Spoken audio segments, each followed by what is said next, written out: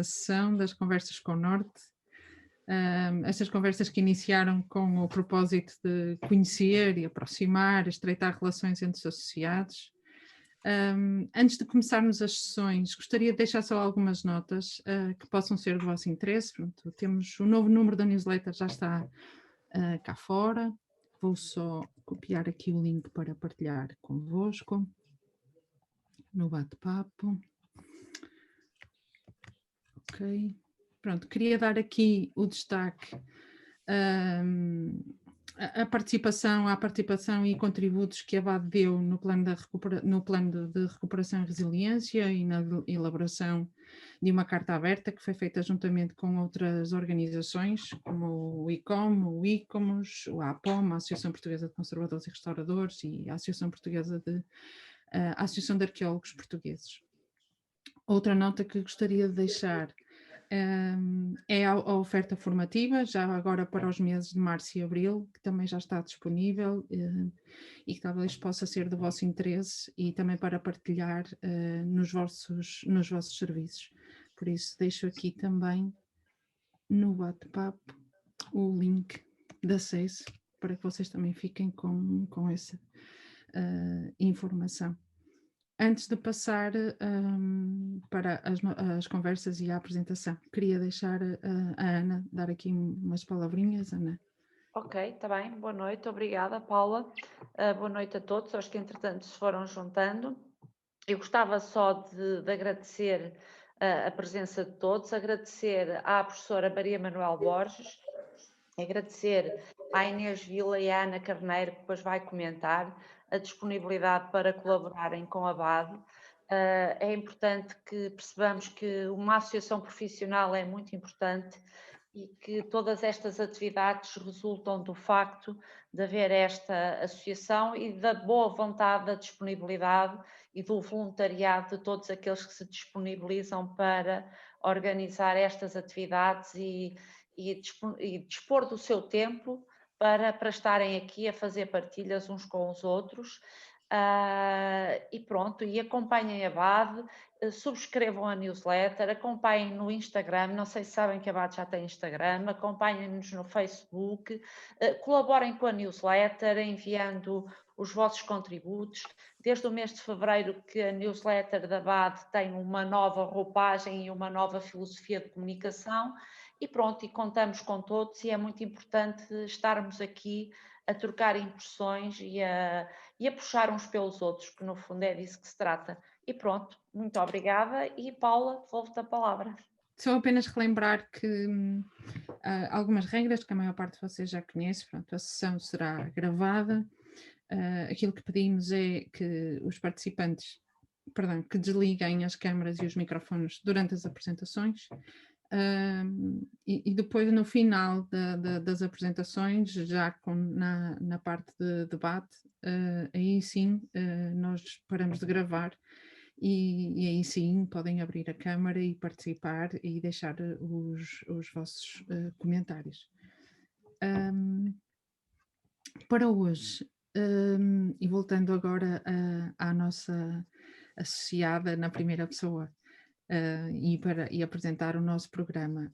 Como associado na primeira pessoa temos a Maria Manuel Borges, diretora do Departamento de Filosofia, a Comunicação e Informação da Universidade de Coimbra, mas também coordenadora do doutoramento em Ciência de Informação e diretora dos Serviços de Biblioteca e Documentação da Faculdade de Letras da mesma universidade. Depois teremos a apresentação do tema Serviços Alternativos em Bibliotecas, os Makerspace, e aqui com a especial participação da Inês Vila, chefe de Divisão Municipal de Bibliotecas do município do Porto, e a comentar a nossa colega Ana Carneiro, coordenadora da Biblioteca Municipal de Ponte de Lima, mas também coordena o Museu do Brinquedo Português e o Centro de Interpretação do Território de Ponte de Lima. Deixo agora aqui um pouco a palavra à Maria Manuel, pronto, cerca de 20, 25 minutos, o mesmo tempo que será dado também à Inês Vila. A professora Maria Manuel já tem uma vasta experiência nesta área e por onde muitos de nós, enquanto profissionais, já nos cruzamos, quer no contexto de formação ou mesmo em eventos organizados pela ABAD, de que é associada já de longa data, mas não podemos esquecer aqui o forte contributo que tem dado na afirmação, na consolidação e validação científica desta área profissional, tão importante para nós e para o nosso posicionamento na profissão. Mas mais do que as minhas palavras, passo a palavra agora à professora Manuela. Muito obrigada por ter aceito o nosso convite de estar aqui e passo agora. Muito obrigada. Começo por cumprimentar todas e todos os presentes e agradecer-lhes este sacrifício que é depois de um dia de trabalho, é verdade, Clarice, depois de um dia de trabalho, ainda dedicarem algum tempo a ouvir-me. Naturalmente que as oradoras seguintes terão muito mais interesse do que eu. É sempre um bocadinho difícil falarmos de nós sem, enfim, de uma forma descomprometida, e tentarei fazê-lo tão descomprometida quanto possível, não é? E começaria talvez por vos dizer que não acordei para esta área. Acho que muitos dos meus alunos e alunas também não fizeram. Não acordei um dia de manhã e disse quero ser bibliotecária, não é?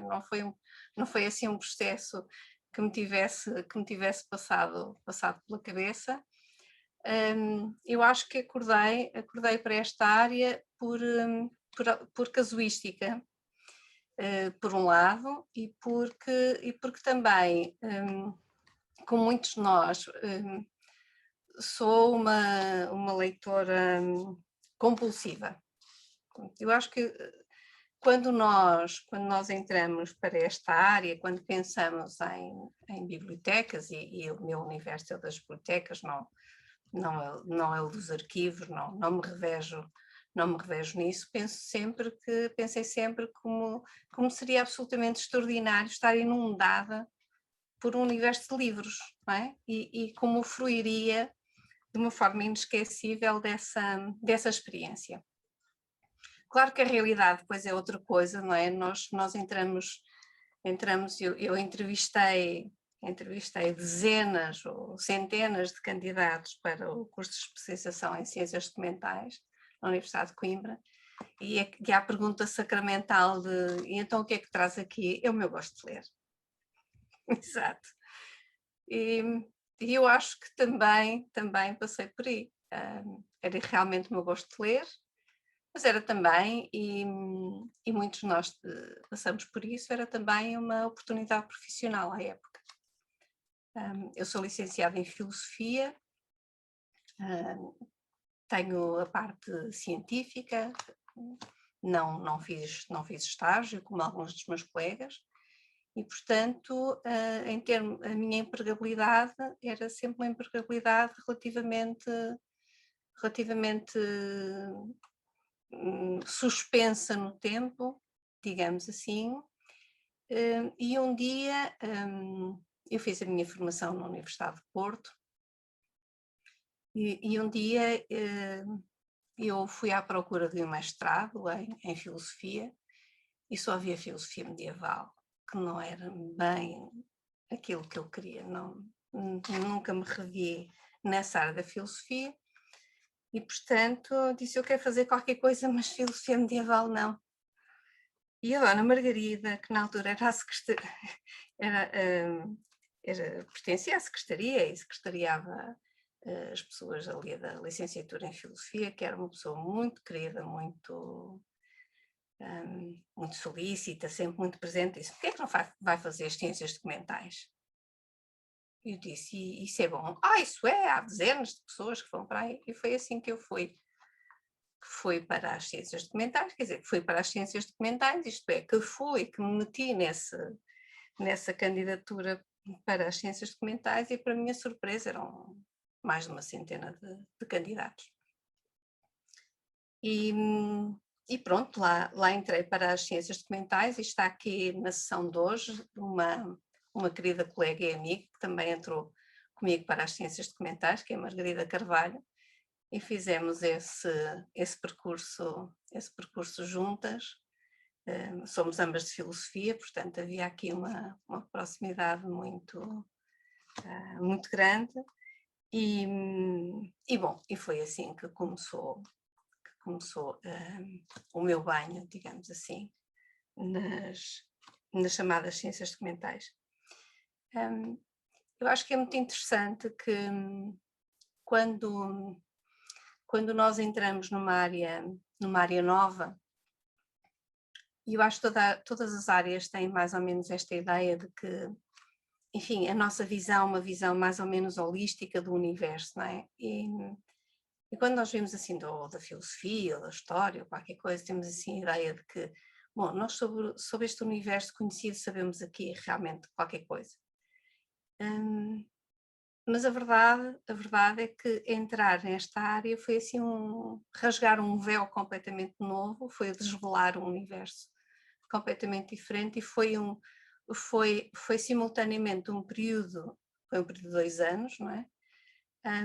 Em que a descoberta e mais ou menos a parte traumática da descoberta, porque nós tínhamos de fazer, se bem se lembram, quem fez as ciências documentais, um número extraordinário de cadeiras, não é? Portanto, era assim uma espécie de lavagem cerebral, mas que rasgou um véu e que nos permite perceber que a realidade, na verdade, é multifacetada, tem muitas formas de ser olhada e cada forma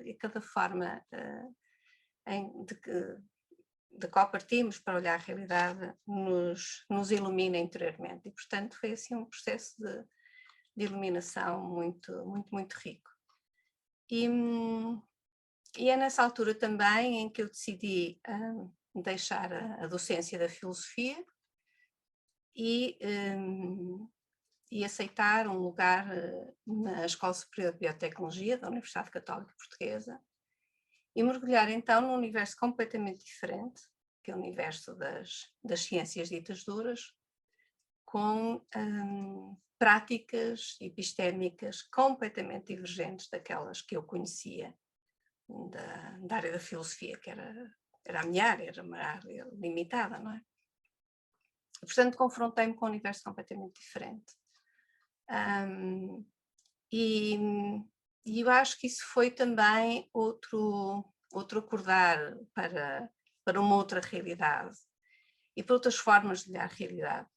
Eu lembro-me que um dia estava a comentar com um amigo que era da área da física, estava a dizer: vocês na física são tão lineares, vocês devem ser pessoas muito pouco imaginativas, não é? São assim um bocadinho lineares.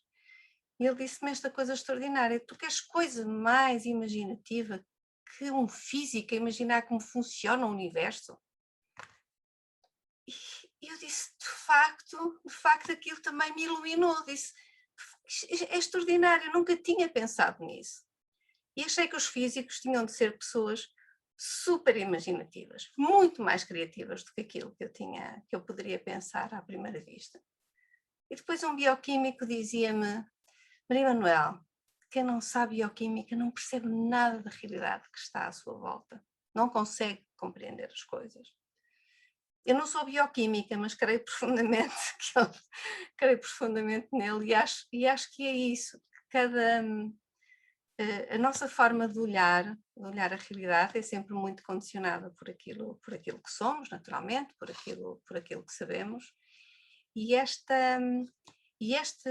nossa profissão, quando estamos no terreno e conseguimos ter esta maleabilidade, e eu acho que esta nossa formação nos dá precisamente essa maleabilidade de acompanhar cada um destes perfis, se quisermos, e sermos banhados um bocadinho por essa luz diferenciadora, de olhar um bocadinho através da medicina, olhar um bocadinho através da física, olhar um bocadinho através de alguém, quando estamos a tentar entrar em sintonia com essas pessoas. E o que eu mais senti, além desta forma radicalmente distinta de estar no mundo, na forma de fazer a ciência, foi o choque da assimetria no acesso à informação científica. Esse foi um choque que me condicionou muito. Eu acho que nós temos uma formação que nos posiciona exatamente no lado oposto do espectro. Nós temos sempre ideais de democraticidade no acesso à informação, à igualdade no acesso à informação, e portanto pautamos muito por esses valores, e a noção clara de que havia assimetrias muito fortes e escandalosamente fortes, digamos assim, no acesso à informação, foi uma coisa que me chocou profundamente. E acho que foi aí o primeiro passo que eu dei sem o saber, no sentido do que hoje nós chamamos ciência aberta. Isto é, aí foi a altura em que eu achei que haveria mais que investigar sobre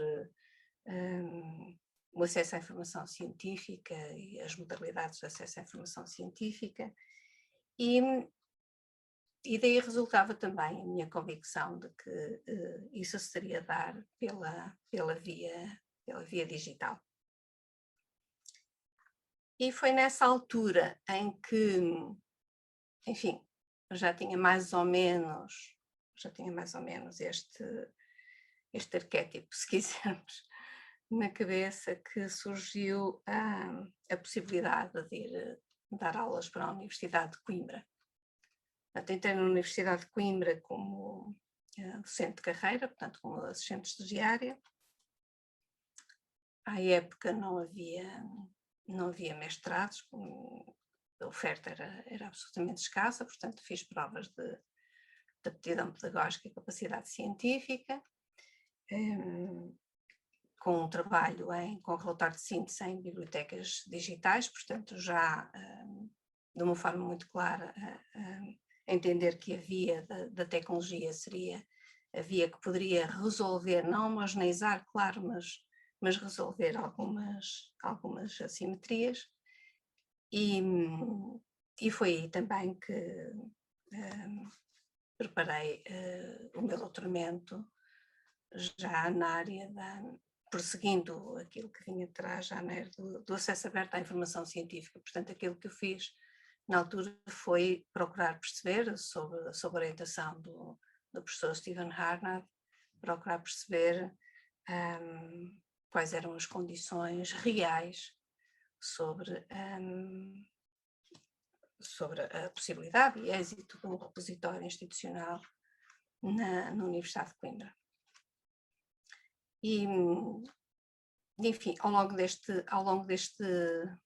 que foi o meu trajeto académico, houve muitas transformações na área. Portanto, quando eu comecei a dar aulas na Universidade de Coimbra, em 1995, o modelo de formação era um modelo das ciências documentais, portanto, era um modelo mais valorizado em Portugal, e que na altura tinha também, enfim, era um passaporte, como foi para mim, de ingresso no mundo profissional, porque era um requisito para entrar no mundo profissional.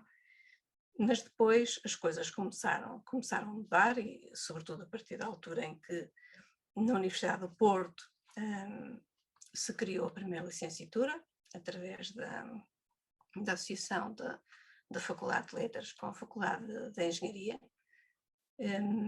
E isso criou digamos assim, uma nova vaga, se quisermos, ou um novo entendimento sobre aquilo que deveria ser a formação em ciência da informação em Portugal. A formação em ciência da informação é muito divergente pelo mundo. Em muitos países ela é uma pós-graduação, como foi aqui em Portugal. Noutros países, de facto, ela é uma formação que começa desde a base, portanto, a licenciatura, do mestrado e doutoramento. Essa opção da Universidade de Porto, eu acho que acabou por condicionar também a oferta formativa em Portugal e condicionar, eu diria, no bom sentido, porque na verdade, enquanto curso de formação e sobretudo não conferente de grau, esta área era uma área, eu diria que era uma área vibrante em termos de número de alunos e enfim, das suas capacidades no mundo profissional, mas em termos académicos era relativamente periférica, porque precisamente não conferia grau académico. E, portanto, o facto de se enverdar por um outro tipo de modelo, que nós também adotamos na Universidade de Coimbra, de licenciatura, de mestrado e de doutoramento, eu acho que vem posicionar, ou reposicionar, melhor dizendo, a área da ciência da informação a par de outras áreas como mais tradicionais, como a história, como a filosofia, como outra área do conhecimento qualquer. E, portanto,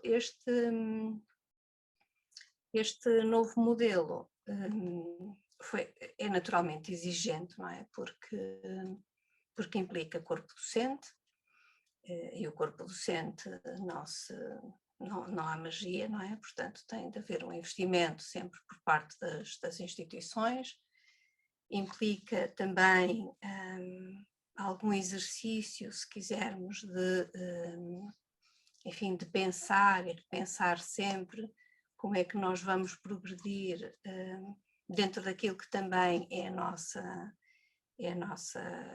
o nosso entendimento acerca do que constitui o cerne da área. Portanto, isso significa que, ainda que exista mais do que uma instituição a conferir primeiro, segundo e terceiro ciclos, eles podem ser, e que sigam todos o eurorreferencial da área, eles podem ser todos diferentes, porque precisamente o eurorreferencial também confere esta maleabilidade para que nós possamos reinterpretar, se quisermos, aquilo que é o essencial. E em Coimbra mantivemos-nos bastante dentro daquilo que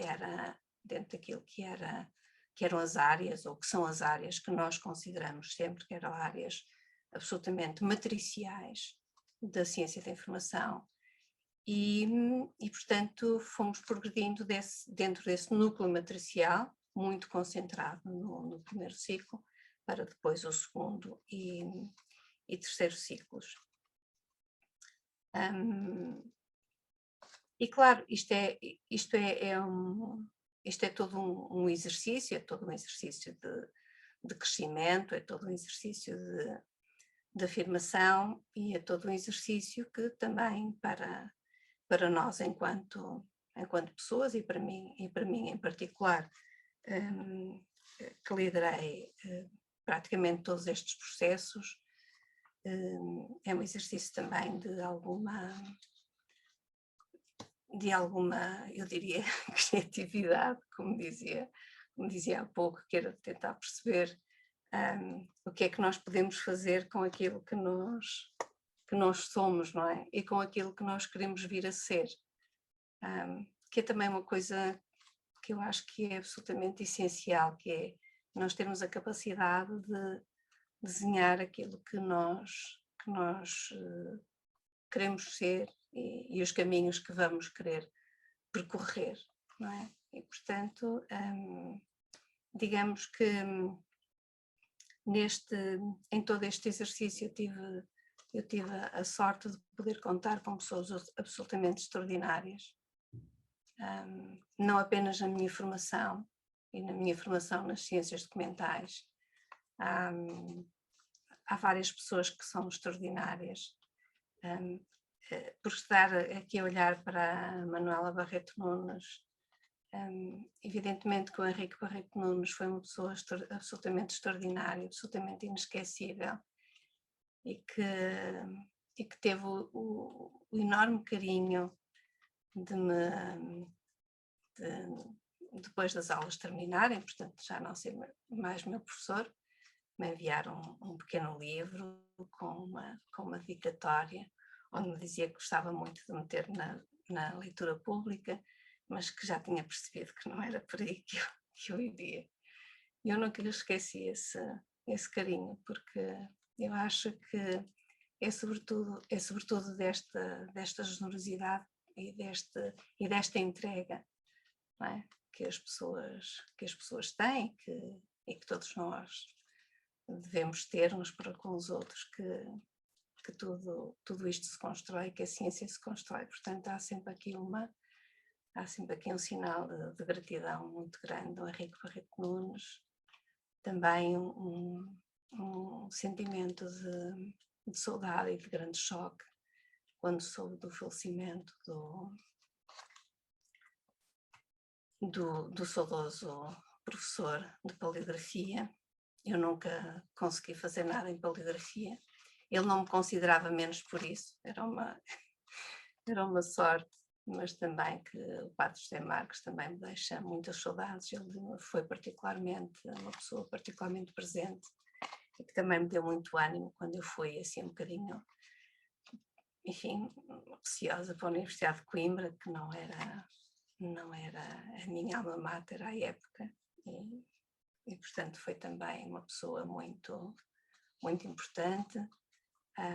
Não posso também esquecer em Coimbra, alguns de vós provavelmente lembram-se dela, da doutora Teresa Pinto Mendes, uma pessoa muito, muito exigente da área da indexação e que também me acolheu com muito, enfim, com aquele ar rigoroso que ela tinha, mas também muito, muito carinhoso, a Rosário Pericão, a tantas outras pessoas que foram absolutamente extraordinárias e inesquecíveis e que nos deixam todas, eu acho que lições sobre o exercício nobre da profissão. E felizmente deixaram muitos, enfim, muitos de nós contagiados e hoje os serviços onde estiveram a exercer a sua profissão, sobretudo quem está no terreno, não deixou de estar contaminado por estas pessoas extraordinárias e, portanto, a elas também devo muito, como devo ao João Emanuel Leite, da Faculdade de Letras do Porto.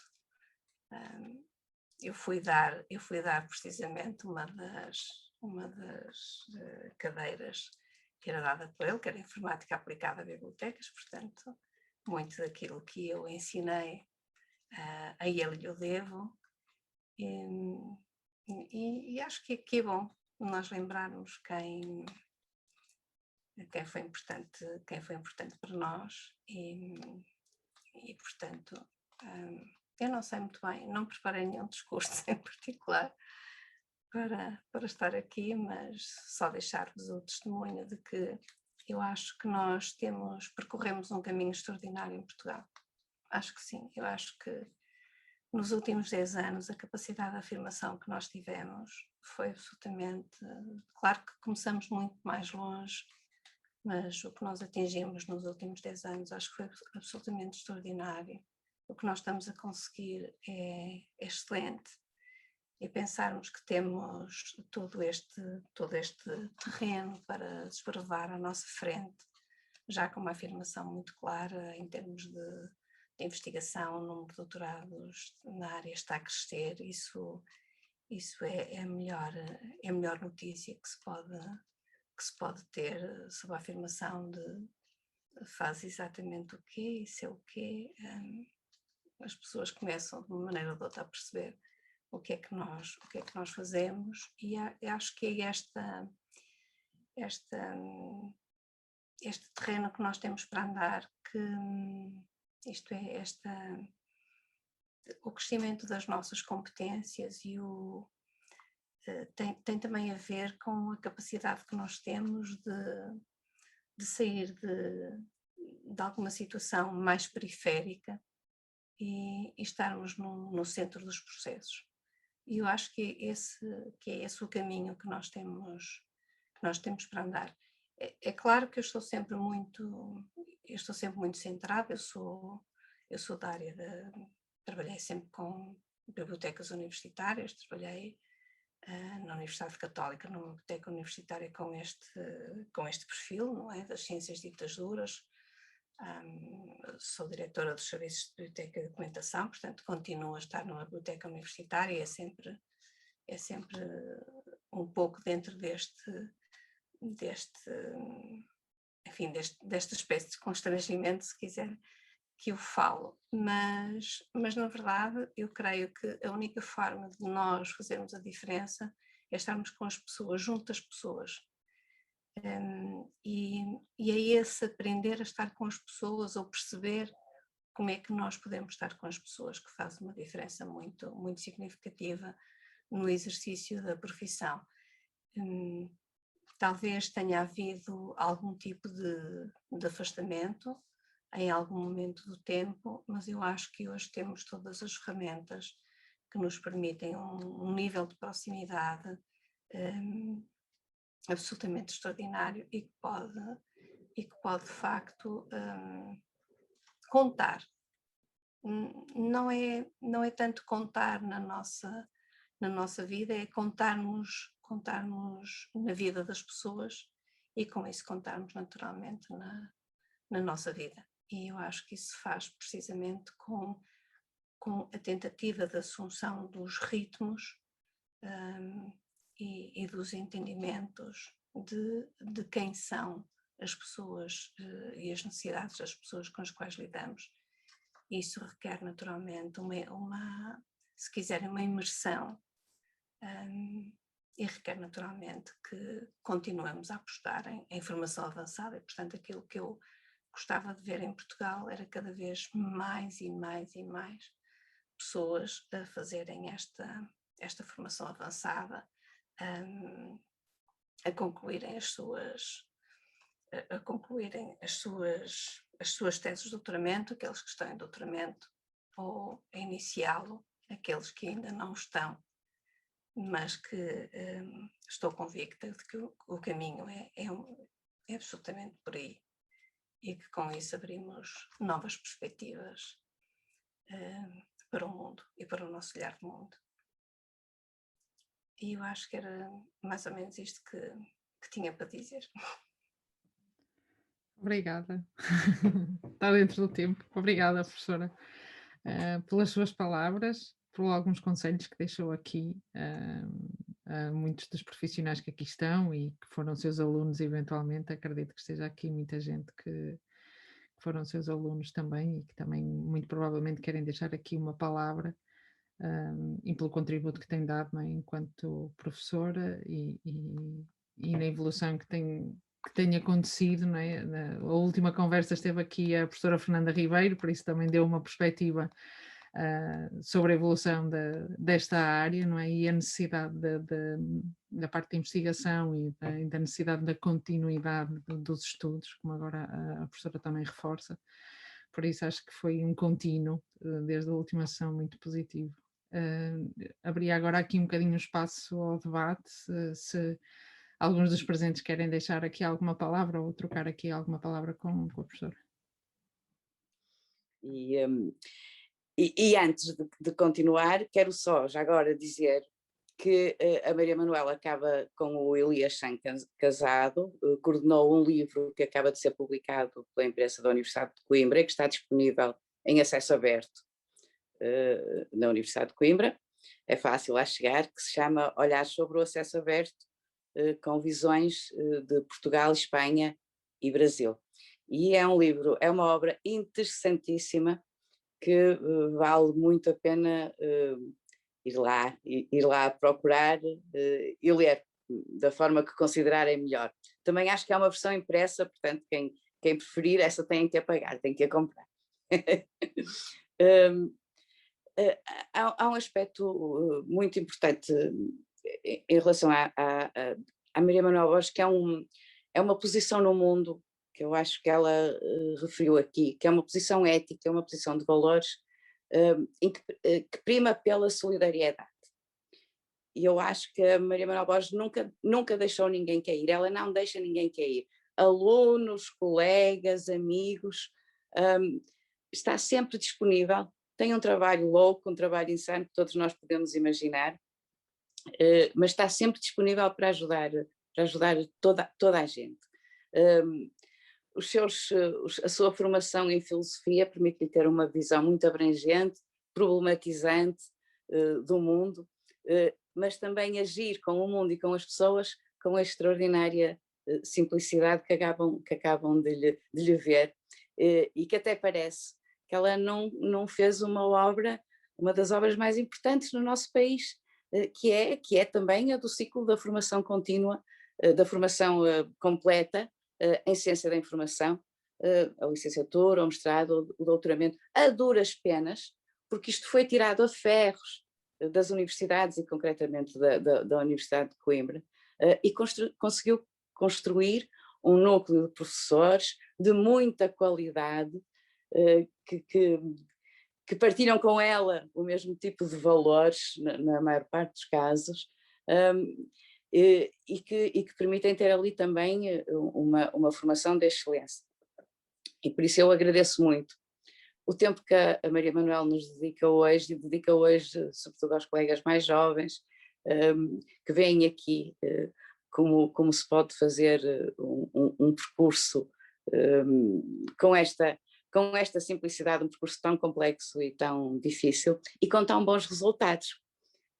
Já saíram muitos licenciados, muitos mestres, muitos doutores da Universidade de Coimbra, e é isso que nos dá alegria a todos, porque esta área científica, este campo científico, que enquanto tal praticamente não existia em Portugal há 20 anos, hoje está consolidado. E eu só fico com uma curiosidade. O que é que está a ser mais investigado, Maria Manuela? O que é que os doutorandos hoje, o que é que lhes interessa mais? Só antes dela me responder, só dizer outra coisa. E ela quis dizer que só trabalhou em bibliotecas universitárias, é verdade, mas ao contrário de muita gente que vive distante do mundo, a Maria Manuela tem um conhecimento e uma compreensão muito claras das outras tipologias de bibliotecas e do que são a rede de bibliotecas públicas, a rede de bibliotecas escolares, os serviços de documentação. Ela conhece o contexto geral, ela vê o panorama, porque o pensa, porque também quando se concebem cursos no ensino superior, eles têm que ser pensados no seu total, e não sob uma determinada perspectiva. E isso penso que é claro na formação que a Universidade de Coimbra oferece e que foi muito dirigida por ela e que continua a ser também. E agora, eu tinha mesmo esta curiosidade, o que é que os alunos andam mais a escolher para investigar? É difícil, eu acho que os alunos são muito influenciados também além de temas próprios e de temas que os apaixonam, não é? Eles estão muito instigados, e até fustigados, digamos assim, escolherem apenas aquilo que os apaixona profundamente. Não se faz uma tese de doutoramento sem uma paixão profunda, porque sem uma convicção profunda nós não conseguimos sobreviver a um projeto de longo curso, com o grau de dedicação que exige. Portanto, não é um namoro superficial, é um casamento de longo prazo. Mas eu vejo aqui, por exemplo, o João Zaruja, que já pediu a palavra. O João já foi para o doutoramento com um projeto, com esta paixão de perceber ali uma série de coisas, não é? Mas eu diria que depois os restantes alunos eu diria que são bastante, eu não sei se são condicionados ou se apaixonam também por alguns temas de investigação do corpo docente. Eu diria que acabam por se organizar em linhas de investigação do corpo docente e, portanto, naquilo que me toca, eu diria que uma das linhas fortes do doutoramento é precisamente aquela área que eu investigo, que é digamos assim, para lhe chamar sob o chapéu de chuva da ciência aberta, não é? E, portanto, é uma linha muito forte, mas não é a única, naturalmente, mas é sobretudo, organizam-se em torno disso, o que é muito comum num programa doutoral. O nosso corpo docente é diversificado, nós temos pessoas que são da área da ciência da informação, temos pessoas que são especialistas em estudos de ciência e tecnologia, do Centro de Estudos Sociais, temos pessoas da engenharia que vêm do Centro de Informática e Sistemas da Universidade de Coimbra, portanto há aqui um corpo docente diversificado, mas nós entendemos-nos, digamos assim, dentro deste quadro e os alunos organizam-se muito em função disso ou em função de alguns compromissos entre uma tendência e outra, mas sempre numa perspectiva que eu, que sou coordenadora do programa, procuro incutir, que é pensar fora da caixa. Há aqui uma regra que eu gosto sempre não é uma imposição, naturalmente, é um convite. Pensem fora da caixa. Não é? Sempre pensem fora da caixa. Posicionem-se sempre perante um tema que seja completamente, que as pessoas digam, estás a fazer o quê? E se estás a fazer o quê não tem problema nenhum, é exatamente isso que nós queremos provocar. Estás a fazer o quê? Estamos a pensar fora da caixa, e esse pensar fora da caixa é a única, digamos assim, que é um risco naturalmente, mas eu acho que é também simultâneo a nossa maior defesa, porque é aí que nós podemos contribuir com algo que seja diferente e significativo para a área de ciência da informação. Fazer mais do mesmo acho que não faz sentido sequer no mestrado e muito menos no doutoramento. Portanto, longa. Eu agora queria agradecer mais uma vez à professora Maria Manuel por ter estado aqui connosco e pode continuar aqui connosco. Agora vamos debater outro tema e vou passar a palavra à minha colega Ana Carneiro, que agora vai assumir o resto da sessão. Ana. Olá, boa noite a todos. Quero antes de mais felicitar a BAD pela iniciativa. Esta iniciativa que se constitui de facto um elo de ligação e de comunicação entre colegas, entre profissionais da informação, enquanto espaço de partilha de experiências, de ideias, de convívio, de encontros e até de reencontros e até também de reviver memórias e momentos passados entre colegas, não é? Portanto, e como disse a Paula, hoje cabe-me a minha função de comentadora e, sem mais demoras, passo então a apresentar a nossa colega Inês Vila. Então, a Inês é chefe de divisão municipal de bibliotecas na Câmara Municipal do Porto, onde dirige a Biblioteca Pública Municipal do Porto, que está situada no Jardim de São Lázaro, e também a Biblioteca Municipal Almeida Garrett, construída nos jardins do Palácio de Cristal. É licenciada em História de Arte pela Faculdade de Letras da Universidade do Porto e tem uma pós-graduação em Ciências Documentais, variante Bibliotecas e Centros de Documentação pela Universidade Portucalense. Iniciou a sua atividade como bibliotecária na Biblioteca Municipal de Ilhavo, em dezembro de 2006, e lá permaneceu até 2018. Ali desenvolveu e participou e também dirigiu várias iniciativas no âmbito da leitura pública. E estando assim apresentada, com uma breve nota, passo então agora a palavra à Inês, que vai partilhar connosco o seu conhecimento e a sua experiência alusiva à temática serviços alternativos em bibliotecas, os makerspaces. Inês, a palavra é sua. Obrigada, Ana. Antes de mais, queria aproveitar para,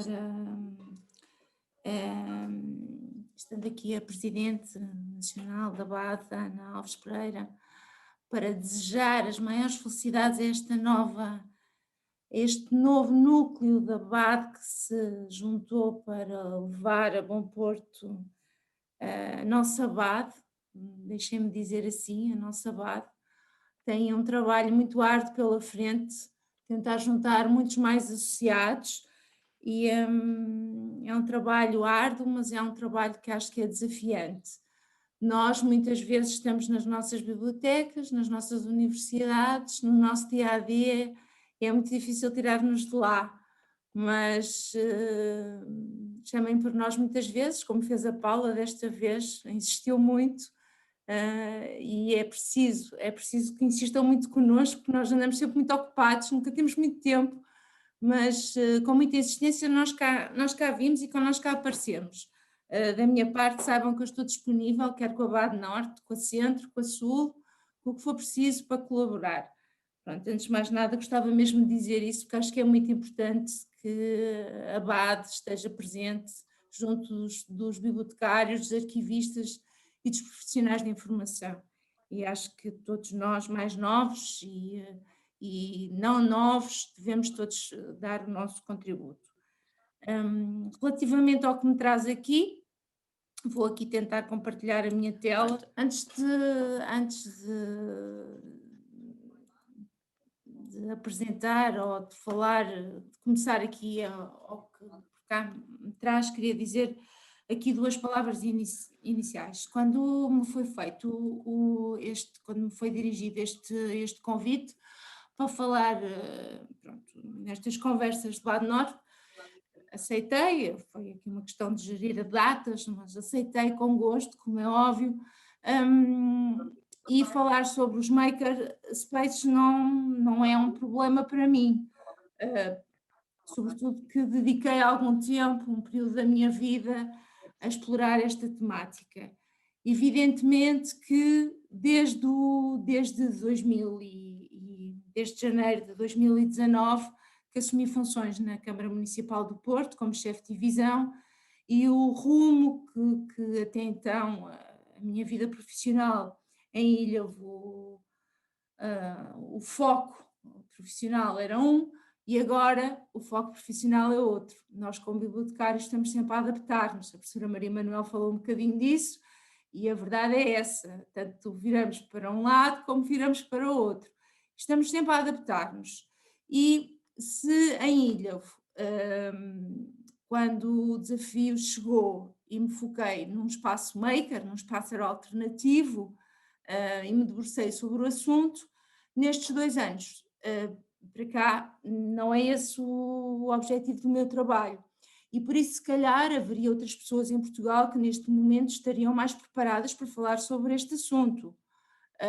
Pronto, aquilo que eu vou aqui efetivamente apresentar é a experiência de um projeto em que eu estive envolvida, é a experiência de alguma investigação, não investigação aprofundada, nem nada disso, a investigação universitária não é isso, mas investigação de terreno, e é sobretudo alguma partilha de ideias com colegas, que os colegas poderão aproveitar a partir daqui.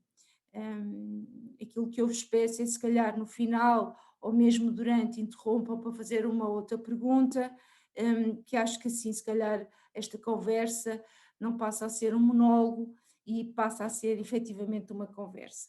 Pronto, fica aqui este aviso desde já. Pronto, eu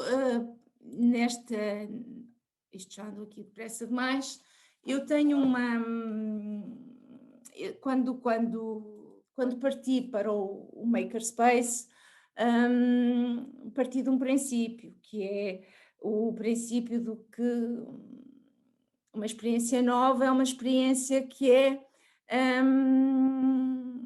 a criatividade, o poder errar, poder apostar numa coisa que não seja a coisa certa. E há um livro que me acompanha há algum tempo, que depois é partilhado na bibliografia, que é é um livro que é o Cá Dentro, que é um guia para descobrir o cérebro. Este livro que eu falo, e que coloco aqui fiz aqui um copy desta imagem, eu partilho com vocês porque eu sofro de enxaqueca e preciso sempre de explorar o que é que se passa dentro da minha cabeça para perceber porque é que com esta idade sofro tanto de enxaqueca. E este guia para descobrir o cérebro, que é da Planeta Tangerina, tem muitas dicas e no meio destas dicas todas tem aqui um capítulo dedicado à criatividade. E neste capítulo dedicado à criatividade foi a partir daqui que eu descobri como é que eu chegava ao meu projeto, que passo a explicar, isto só para vocês perceberem que tudo tem um quê, não é? As coisas não, isto é mais ou menos como os arquitetos, eles desenham a primeira linha e tudo tem um quê.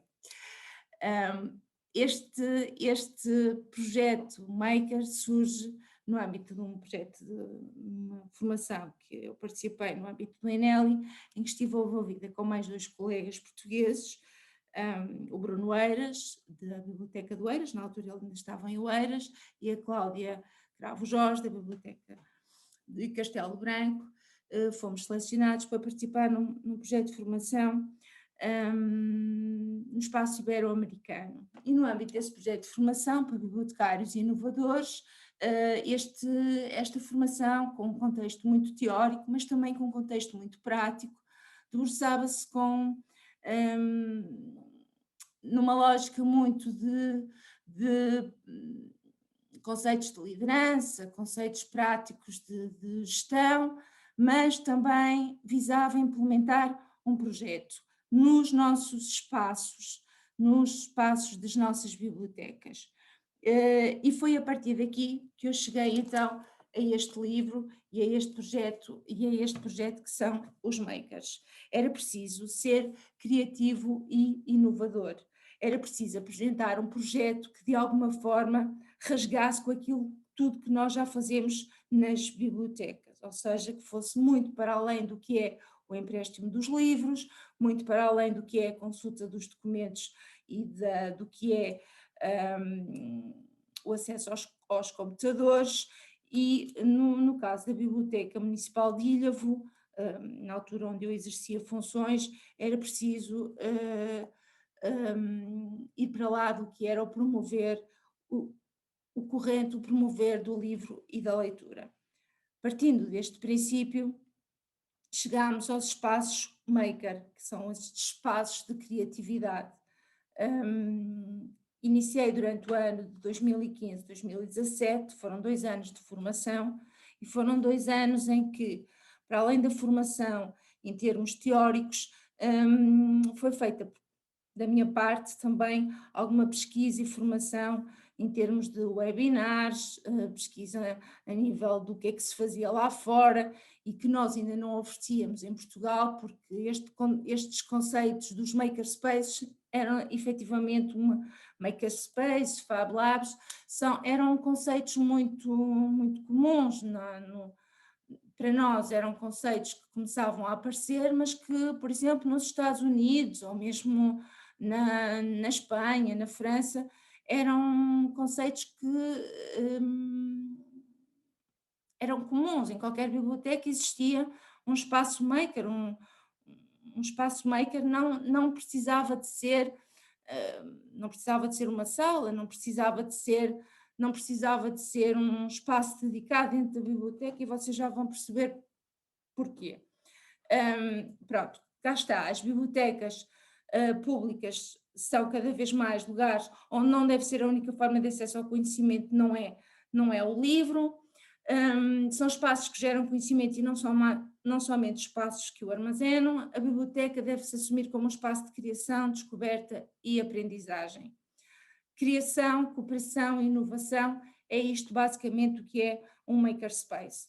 Depois, aquilo que eu parto à procura e que eu descubro é que os makers podem ser simples carrinhos como existem nos supermercados, podiam ser mesas que são preparadas e montadas no meio das bibliotecas, ou simplesmente aquelas atividades normais, que nós consideramos normais, desculpem a expressão, que nós já desenvolvemos no nosso contexto de atividade de biblioteca pública.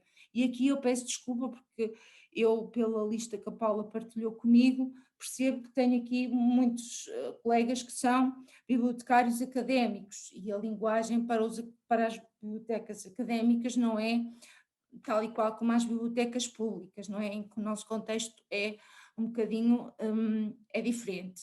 No caso das bibliotecas académicas, estamos a falar, o contexto do Makerspace é muito mais o contexto de Fab Lab e o contexto muito mais ligado às ciências e à computação, ou seja, é um contexto completamente distinto.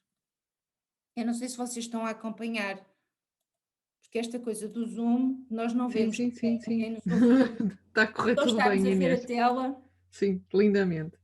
Pronto, eu agora já estou a perceber que hoje tive todo o dia a informação Zoom, desde as 9 da manhã, e a formadora dizia que só via a própria tela. Pronto, e a mim está-me a acontecer a mesma coisa, mas se vocês estão aí, ok. Eu parto do princípio que alguém estará a ouvir alguma coisa do que eu estou a dizer, então estão todos a ver a telenovela. Não. Podes continuar. Estamos a ouvir muito bem, menina Inês. Doutora, já acordei, a Manuela já acordou. Pronto, ok. Pronto, então seguindo aqui continuando aquilo que eu estava a dizer, pronto, cheguei então neste percurso que eu fiz durante este meu estudo para o que iria implementar em Ilhavo, não é? Porque estas imagens que eu estou aqui a partilhar ainda foi o meu processo de estudo durante o ano 2016, 2017, que um makerspace podia acontecer num carrinho, como este que aqui vos apresento, ou efetivamente ser uma atividade, tipo uma atividade de tricô entre um avô e qualquer atividade daquelas que nós às vezes desenvolvemos, desde que houvesse tipo um cesto ou uma caixa em que nós abrimos, eles consideravam isso um makerspace, que nós, no nosso caso, não chamamos isso, chamamos as nossas atividades normais, os nossos ateliês de expressão, ateliês criativos. Ou seja, as denominações acabam por alterar de acordo com o espaço e o sítio onde nós vivemos. Depois havia outros sítios mais complexos, como temos aqui estas ferramentas, com ferramentas mais elaboradas, pronto, tudo dependia daquilo com que eu ia encontrando e aquilo com que me ia batendo e deparando.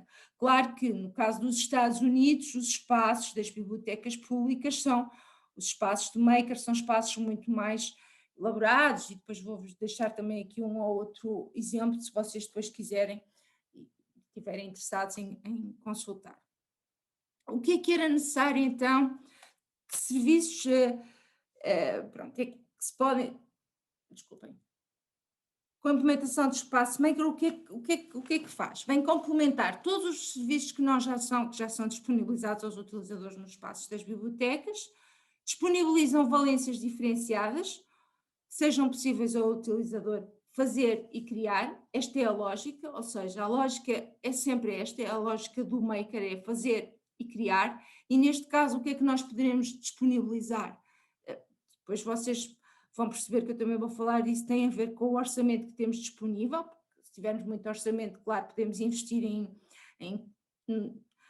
tecnologia, em impressão 3D, em computação, em ferramentas e equipamentos mais tecnológicos, ou então partir de um maker, de um espaço muito mais básico, recicláveis, papéis, plásticos, e fazer um espaço muito mais à nossa medida, não é? Se o nosso orçamento for mais, pronto, o orçamento que temos, muitas vezes vivemos com essas dificuldades, e fazer um orçamento e fazer um espaço muito mais limitado. Pequena robótica e eventualmente fotografia artesanal, mas depois existem também outro tipo de valências, nomeadamente aquilo que mostrei aqui, alguns exemplos, nomeadamente no que diz respeito à costura, máquina de costura, ou seja, depois também existem, em alguns espaços, existem ferramentas que podem ser disponibilizadas, como berbequins, todo este tipo de ferramentas e equipamentos, tudo tem a ver com o que nós quisermos implementar no nosso espaço. O que é que deve permitir? Deve permitir aos utilizadores usufruírem em regime de livre acesso, ou seja, este princípio é sempre o princípio das bibliotecas, o livre acesso, de experiências que contribuam para o seu desenvolvimento, a sua aprendizagem e, claro está, a criatividade. Por isso é que eu vos falo novamente aqui no guia para descobrir o cérebro, cá dentro. A criatividade é sempre a base e a lógica de tudo isto. Simultaneamente, o que é que nós poderemos desenvolver para permitir que também este espaço tenha, pronto, um crescimento? É potenciar workshops, ateliês que permitam ao utilizador adquirir as competências para efetivamente ter uma formação ao longo da vida que lhe permita depois ele próprio fazer e criar sozinho. Pronto, aqui estão outras ideias com legos para eventualmente para os mais novos, para jovens e não só. Por exemplo, isto é aqui outras situações, como eu tinha dito, aqui também com os tricôs outra vez, pronto, aqui com impressão, com tintas, são tudo atividades que, se vocês percorrerem as nossas bibliotecas, atualmente em muitas das nossas bibliotecas isto já acontece. Como é que nós podemos implementar então? Aquilo que eu vos estou aqui a apresentar no fundo foi todo o estudo que eu fiz previamente e que depois acabei por ser implementado no caso de Ilhavo. Utilizar, adaptar qualquer espaço ou estante disponível. Pronto, no caso concreto em Ilhavo, aquilo que aconteceu foi, efetivamente, o que havia era um espaço que servia de arrumos e que acabou por ser adaptado para um pequeno espaço que foi adaptado e que serviu depois para espaço maker. Depois, sempre que possível, o que é recomendado é estabelecer parcerias. Estas parcerias o que é que permitem? Permitem, por um lado, por exemplo, ter apoio na aquisição de equipamento ou, eventualmente, na formação da equipa técnica. Pronto, este tipo de... Se nós estivermos aqui a falar do investimento ao nível por exemplo, de máquina de costura, ou de disponibilizar uma máquina de costura, ou eventualmente disponibilizar uma impressora 3D, não sei concretamente que tipo de bibliotecas é que nós estamos a falar, mas nem todos os assistentes técnicos ou técnicos superiores que temos nas nossas bibliotecas estão capacitados para trabalhar com estes equipamentos, e é necessário efetivamente fazer formação. Ou seja, se nós conseguirmos estabelecer parcerias com a proximidade, cada vez se fala mais nisso, até agora neste contexto de pandemia isso é muito falado, se conseguirmos estabelecer parcerias de proximidade, é ótimo, porque depois também conseguimos ter formação e também no que diz respeito à implementação no próprio serviço. E depois também no desenvolvimento das atividades como workshops para os próprios utilizadores e depois no desenvolvimento de, eventualmente, ações de formação, outro tipo de atividades que assim se entendam. No caso, por exemplo, de Ilhavo, aquilo que foi feito foram estabelecidas exatamente duas parcerias, uma com a Universidade de Aveiro, com o Centro de Ciência Viva, e também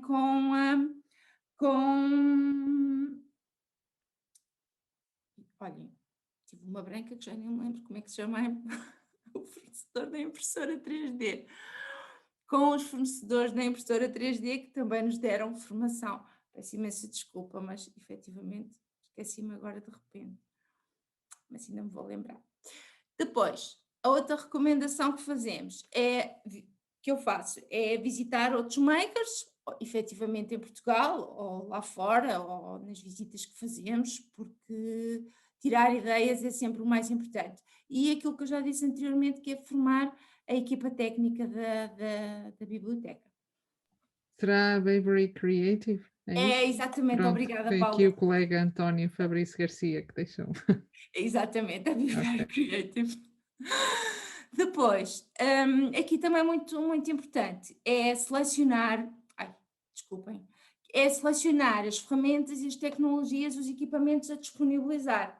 Ora, dependendo do tipo de maker que nós queremos implementar, ou seja, que nós queremos, a aposta que nós queremos fazer, porque efetivamente vou dar o caso novamente do caso de Ilhavo.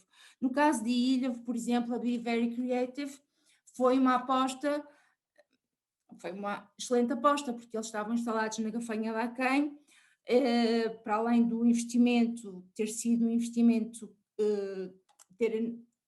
em termos de impressora 3D, ter sido dado um apoio considerável, também nos disponibilizaram em termos de formação e tudo mais, ou seja, efetivamente, no caso, por exemplo, com a Universidade de Aveiro, isso também aconteceu em termos da formação que nos deram, e depois todo o programa de workshops que nós tivemos, nós fizemos a aquisição de dos equipamentos em função de toda a programação que fizemos e do que quisemos implementar.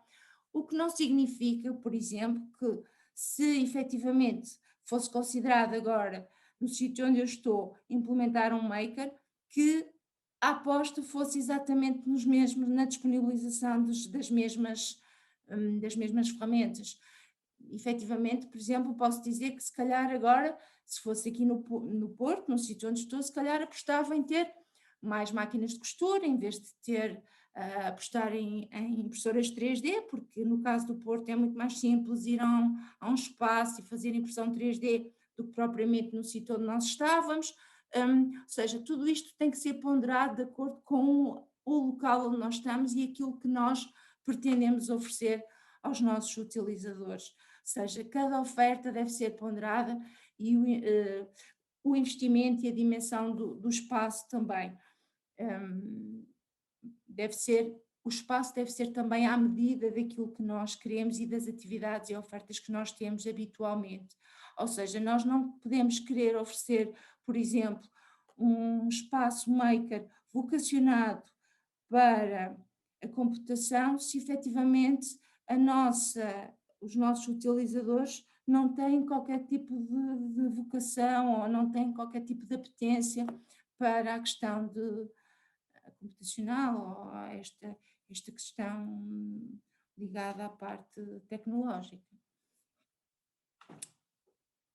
Aqui, por exemplo, também os Ozobots, que também nos permite fazer pequenos investimentos, mas que ao nível dos primeiros passos com os mais novos nos permite conseguir alguns frutos. Pronto. Ou, eventualmente, estas que são os primeiros passos sempre, que foram algumas imagens que eu consegui, que se conseguem, que é com os Legos. Os Legos são sempre uma boa aposta quando queremos dar quando queremos criar um espaço maker na nossa biblioteca, mesmo que ele seja de pequena dimensão. Aqui em termos que eu vos aconselho a explorar, aconselho-vos a explorar o Bubbler, que é o espaço maker da Public Library, Madison Public Library. É efetivamente um espaço que tem tudo, tem estúdio, tem em termos permite desde os mais novos até aos séniores fazer as suas gravações, permite fazer as suas impressões, ou seja, oferece todo tipo de equipamentos, ferramentas, ou seja, até é muito difícil encontrá-lo dentro da página da biblioteca, mas o Bubbler existe. É um espaço que existe, aqui está, Learn, Share, Create. Depois existe, por exemplo, o Frisk Club, que é um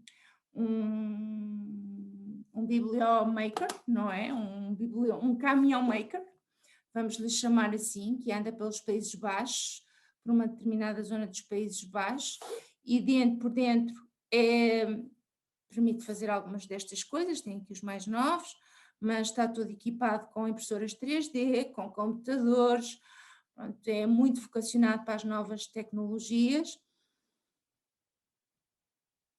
E depois, claro, trouxe também, não podia deixar de trazer as fotografias, as imagens aqui do Espaço de Ilhavo, que acabou por ser o primeiro em Portugal. Depois de Ilhavo foram outros abertos. Isto era exatamente uma zona de arrumos, na sala infantil-juvenil da biblioteca, em que foi criado, como veem aqui, muito básico também, mas com uma oferta muito variada e muito multidisciplinar. Em termos tecnológicos, tinha a impressora 3D e depois tinha toda uma outra oferta.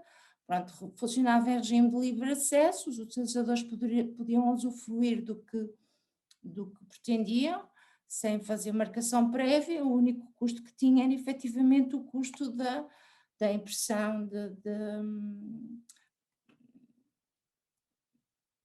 quando tinha um custo de impressão, sempre que era por tempo de impressão, o gasto da impressora 3D. Aqui está, pronto, exatamente. E agora partilhava só por último, para terminar, este pequeno vídeo que no fundo conclui tudo o que eu tive a dizer e que não é muito maçador. Acho que estou dentro do tempo, acho eu ainda estou, mas ele resume tudo e por isso eu acho que é importante e cá vai.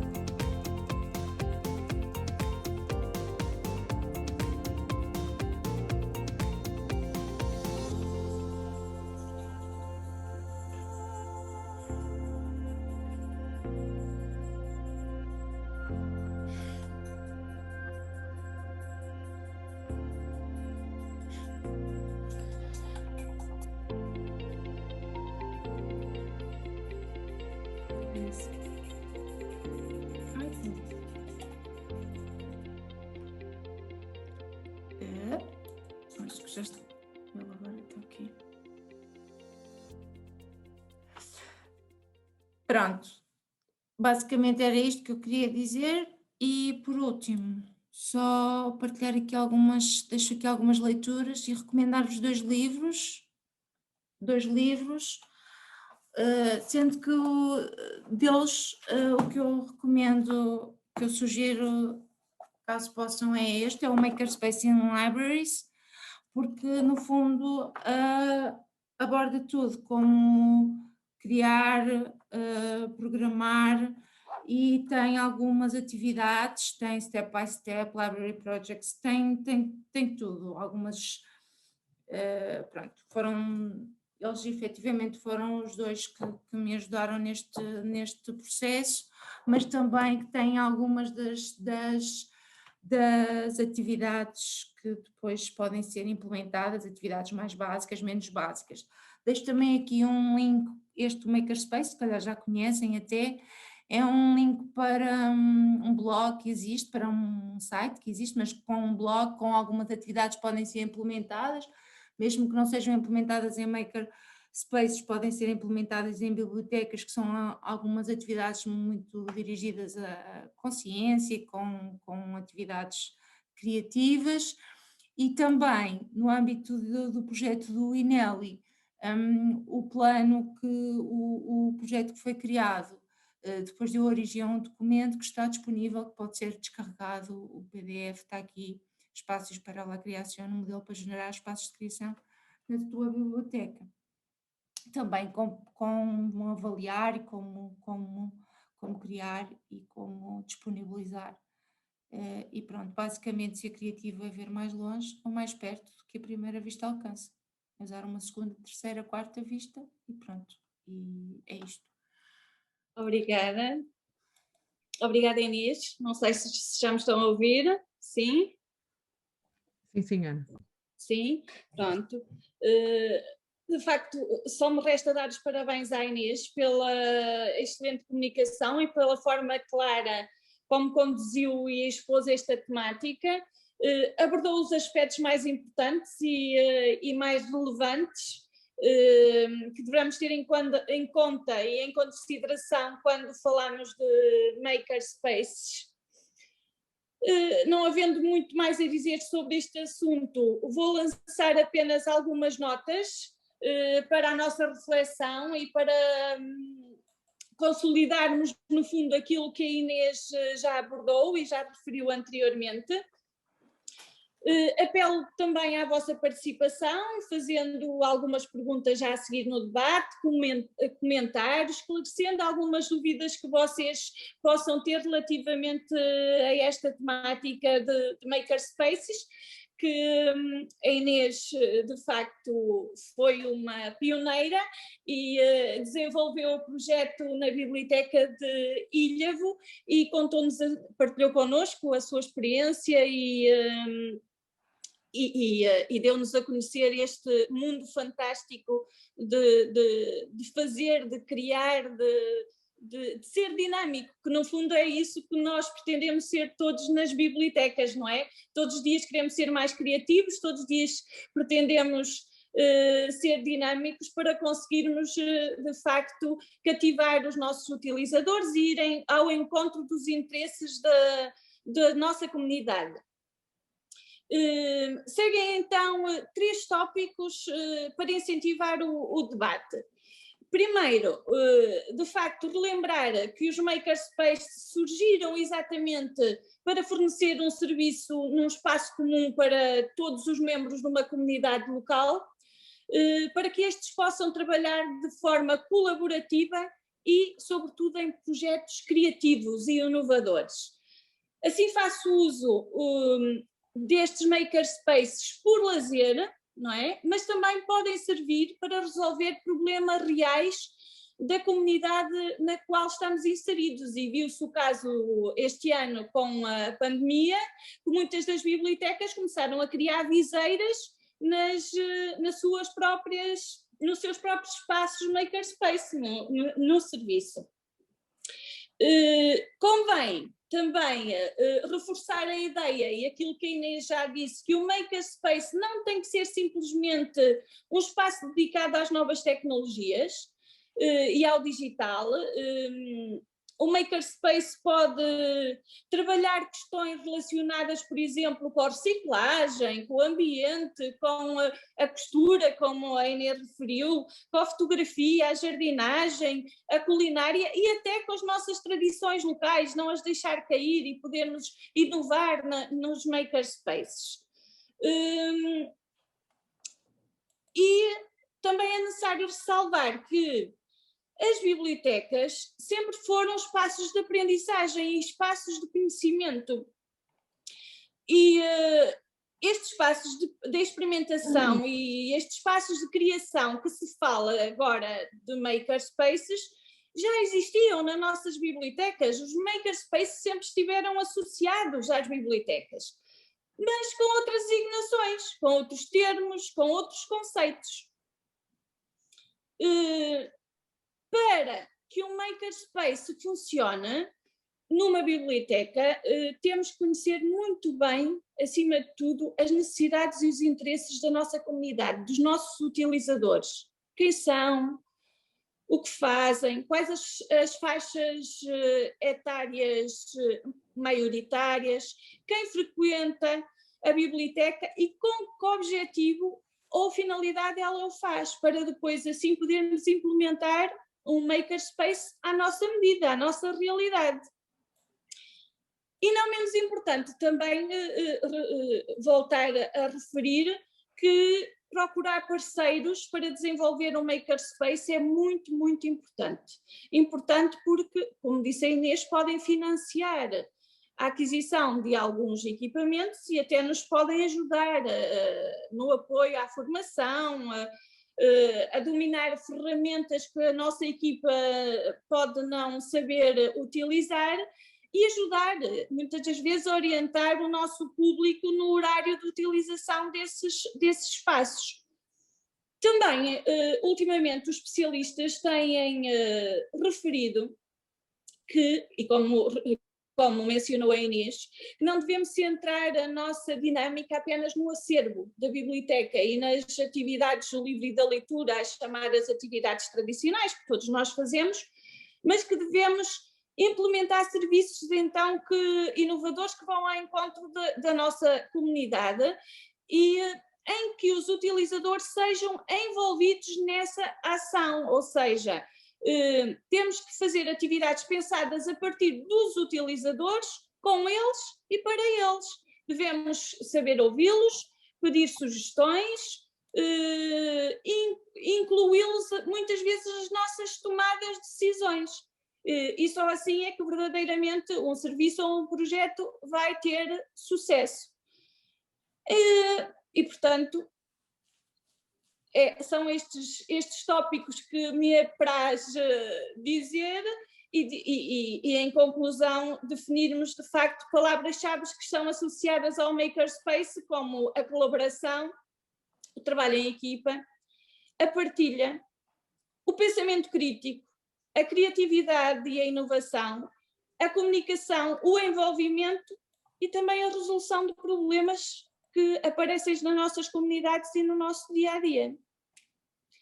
E é estes os comentários que eu tenho a dizer e mais uma vez agradecer à Inês e partindo destes pontos,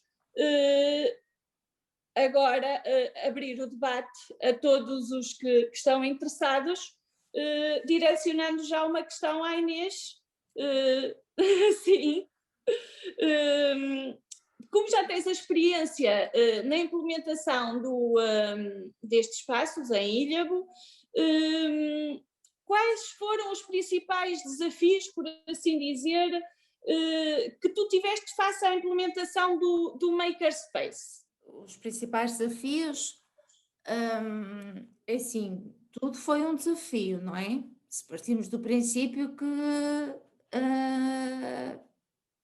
em 2017 não existia ainda nenhuma em Portugal, em nenhuma biblioteca pública. Para mim isso foi o grande desafio. No entanto, o desafio maior foi o processo que esteve, o processo prévio, quer dizer, todo o processo associado, porque esteve relacionado este foi um processo que foi financiado pela Fundação Bill e Melinda Gates, apesar do financiamento ser pequeno, teve que ser validado. Depois, claro, foi preciso convencer também o Executivo Municipal sobre uma coisa que se chama o Makerspace e que nunca tinham ouvido falar. Apesar de nós dizermos que é um espaço criativo, temos sempre, em vez de dizer Makerspace, apresentar como sendo um espaço criativo, mas não deixa de ser um conceito novo. Em 2017, volto a dizer, era um conceito ainda novo. Esses foram os principais desafios. No entanto, eu gostava de dizer que, no caso concreto de Ilhavo, havia uma lógica que estava já implementada, toda uma série de atividades. Nós tínhamos um projeto que estava a decorrer nas escolas e que era o Newton, gostava de ler, em que nós já fazíamos muitas atividades associadas à ciência. Além disso, nós tínhamos sempre atividades, ateliês criativos que aconteciam no final de cada hora de conto, sempre, em que nós já de há alguns anos só utilizávamos materiais recicláveis. Não, na biblioteca não se utilizava nenhum material, nenhuma folha que não fosse reciclável, ou seja, para fazer a construção nos ateliês criativos no final da hora de conta, só se usavam mesmo materiais recicláveis, ou seja, foi muito fácil passar de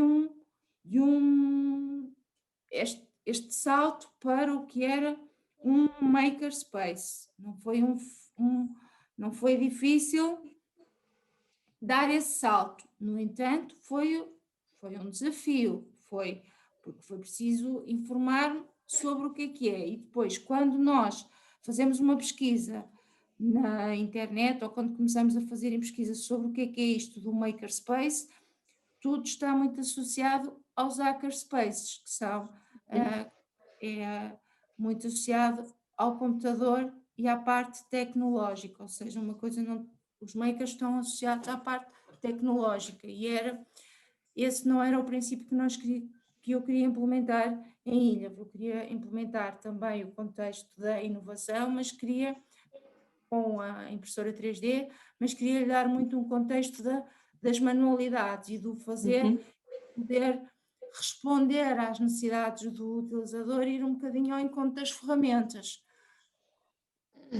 Eu, efetivamente, volto a dizer, eu vim embora, se eu pudesse ter continuado a tarefa que estava, eu teria enveredado muito também por o que já se faz lá fora, que é nas bibliotecas oferecer tudo o que é ferramentas, oferecer tudo o que é muito aquilo que nós, como estava a dizer a Ana e bem, responder a uma série de coisas que neste momento é o suporte para os utilizadores e que eles precisam em tempo de pandemia, não é? Porque nós vemos que eles não precisam só de livros, precisam de toda uma série de coisas que nós estamos a assistir. Pronto, e acho que isso é o que pode ser feito nestes espaços, que são espaços makers, mas também são espaços que são as bibliotecas. As bibliotecas são das comunidades e têm que responder aos desafios das comunidades. Pronto, mas isso também nos leva por outro caminho, que não é o caminho que estamos aqui a debater. Mas o desafio maior foi poder refletir sobre, efetivamente, que as bibliotecas são muito mais que espaços que oferecem livros, espaços que